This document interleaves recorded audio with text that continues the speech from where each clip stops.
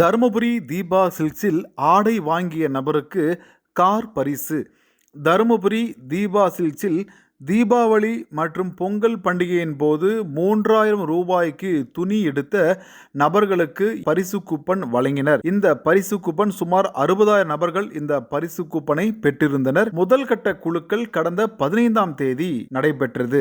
YouTube வழியாக நேரலையில் நடைபெற்ற இந்த குழுக்களில் 60,000 நபர்களில் இருந்து 100 நபர்களை தேர்வு செய்தனர். தேர்வு செய்யப்பட்ட 100 நபர்கள் தீபா சில்க்ஸுக்கு வரவழைக்கப்பட்டு அவர்களுக்கு முன்பாக நேரடியாக குழுக்கள் நடைபெற்றது.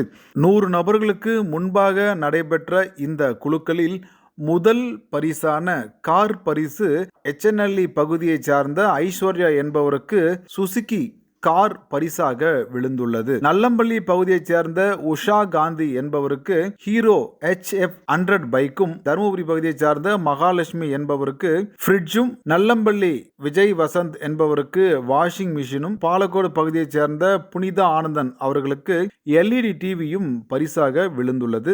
75 நபர்களுக்கு ஆறுதல் பரிசும் வழங்கினர். பரிசு குழுக்கள் நிகழ்ச்சியின் போது விஜய் வித்யாலயா கல்வி குழுமங்களின் தலைவர் திரு DNC மணிவண்ணன் அவர்கள் கலந்து கொண்டனர். மேலும் BNI மற்றும் ரோட்டரி சங்கத்தை சார்ந்தவர்கள் கலந்து கொண்டு பரிசு பெற்றவர்களுக்கு பரிசுகளை வழங்கினர்.